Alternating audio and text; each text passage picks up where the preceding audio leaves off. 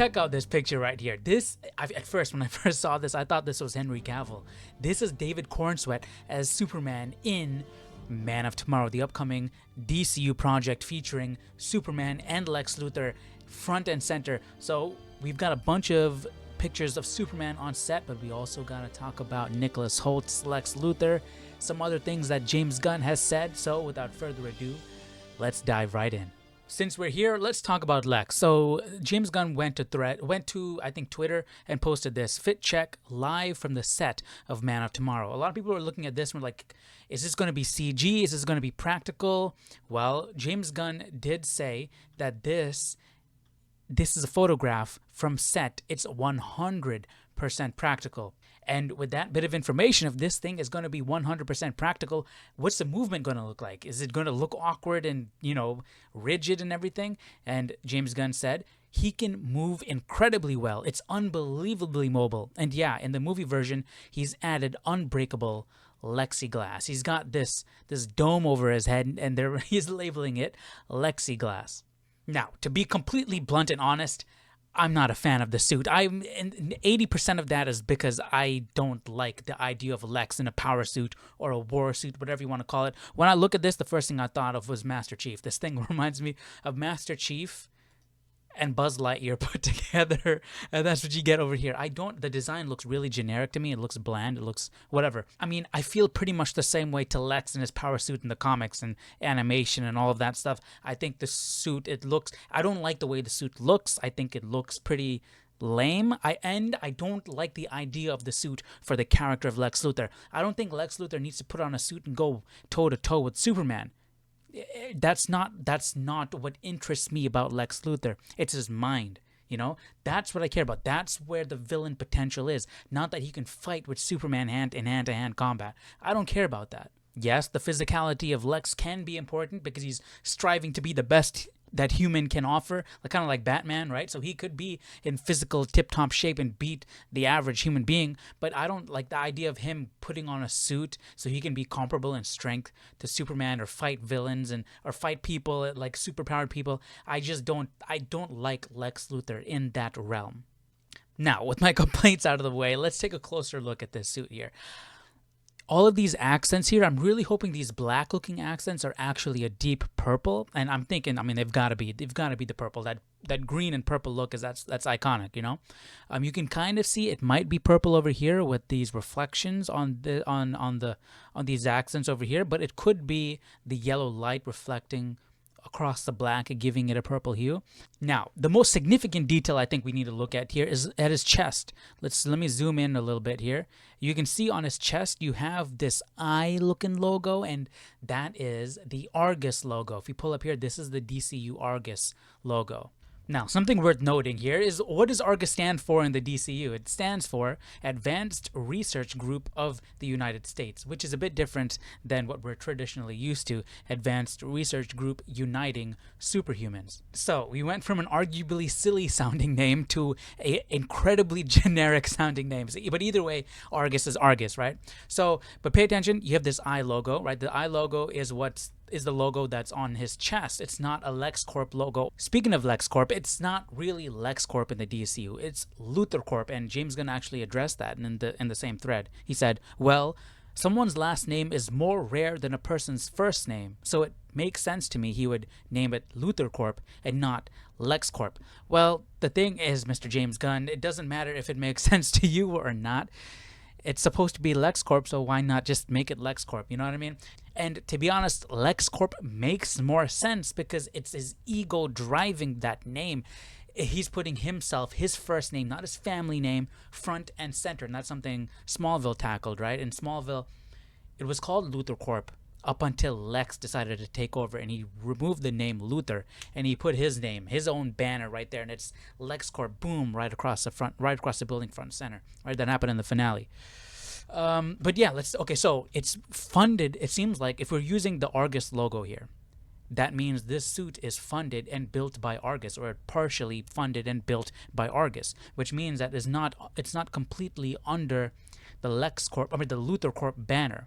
So Argus is in on this. So why would Argus want to build a suit for Lex Luthor? Or did Argus build the suit and Lex Luthor commandeered it? If Argus did fund this suit, which I'm thinking they probably did, I don't think Lex Luthor went out of his way to go and steal a suit and then keep the Argus logo on the chest, you know? Argus funded this suit. Why would Argus fund a suit and then give it to Lex? Maybe Luthor Corp and Argus are coming together to fight a bigger threat, which is probably going to be Brainiac. So it's not just Superman and Lex Luthor coming together to fight a bigger threat. You have these different organizations, Luthor Corp and Argus, coming together to take on Brainiac, because Brainiac is a world level threat. So it makes sense why Argus would definitely want to be involved. Now, there's a few other things we can talk about. Last we saw Lex, he was being rushed off to prison. He was being arrested and taken to prison after what happened in Superman. Now he's donning an Argus-built suit, doing I don't know what, you know? So how big of a time jump are we talking about between Superman and Man of Tomorrow? And how much has Lex evolved as a character? I mean, here he's clearly not acting on his own selfish ambitions. He's donning an Argus suit. That means Argus and his ambitions align, which means he's working for something greater than himself. He's working for a greater cause. Again, Brainiac. That would explain why Lex is out of prison. That would explain why Argus built him a suit instead of putting somebody else in a suit, because they need the genius intellect that is Lex Luthor. It's not just about the manpower. Maybe he needs to get into a certain environment that he can't be in without a suit like this, and you need that intellect of Lex Luthor to go head to head with Brainiac. I think that would be really cool. That type of stuff intrigues me because it reminds me of Justice League Unlimited, the cartoon, with Lex fusing with Brainiac. I think he like flies beyond the event horizon or something and attains like ultimate knowledge or something like that, right? I mean, stuff like that, Lex combating with Brainiac on an intellectual level, like that type of stuff is really interesting. Seeing Lex Luthor's ambition and strive for knowledge and always wanting to beat Superman in that realm, I really do like using the intellect versus the brawn of Superman. But then when you put Lex Luthor on the same level, or try and put Lex Luthor on the same level of Superman with brawn, it's like you're missing the point of what Lex Luthor is, in my opinion.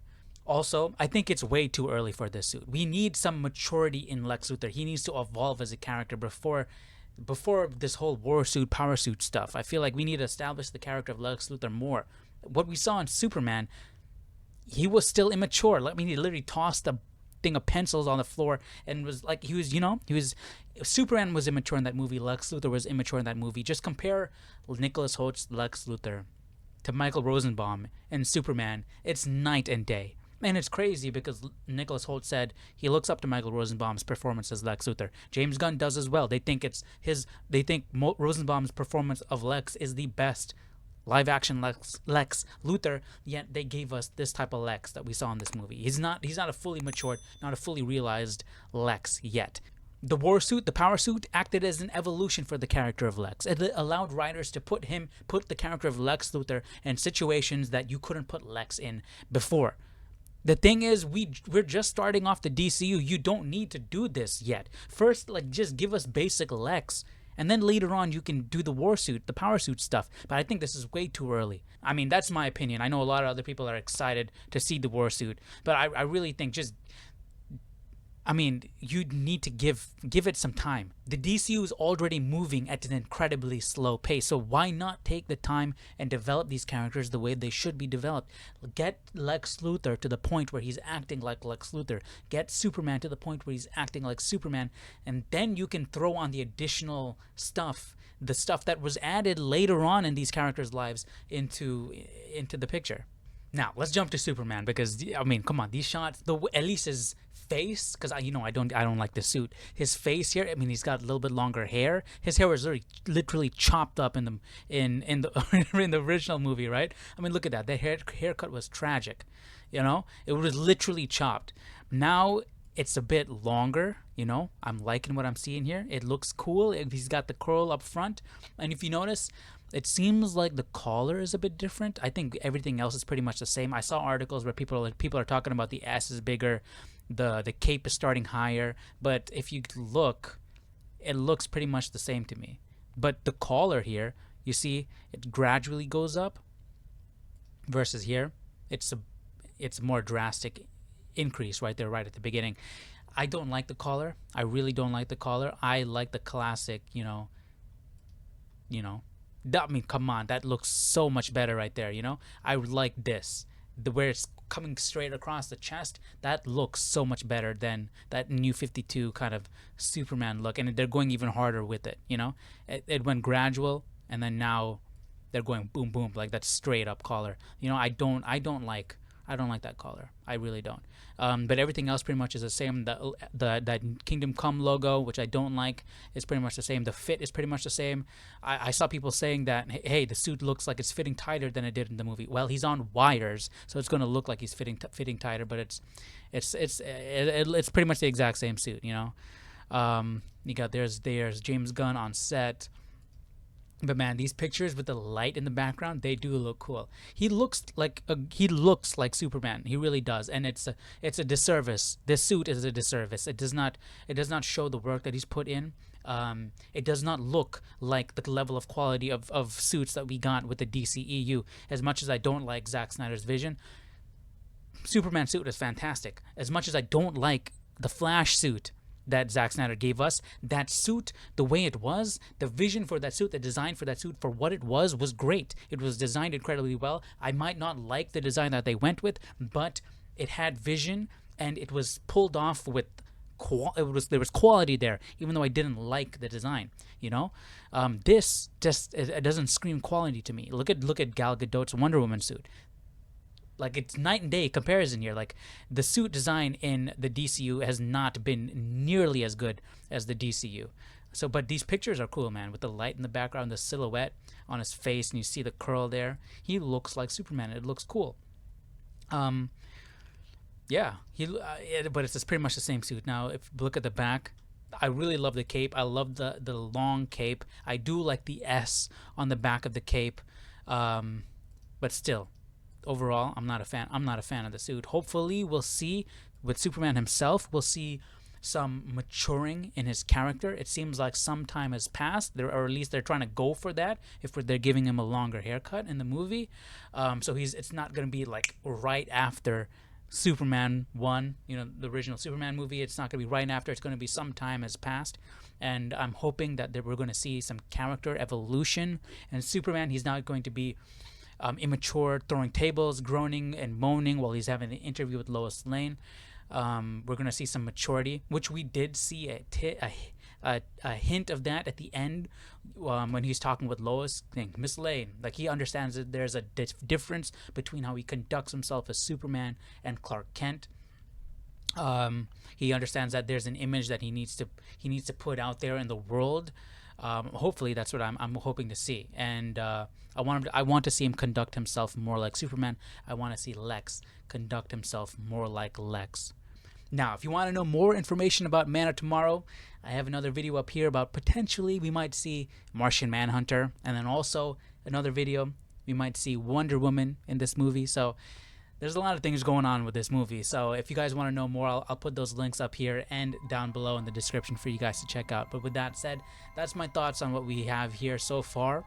Let me know, what do you think about Lex's power suit, his war suit? What do you think about David Cornsweat's Superman?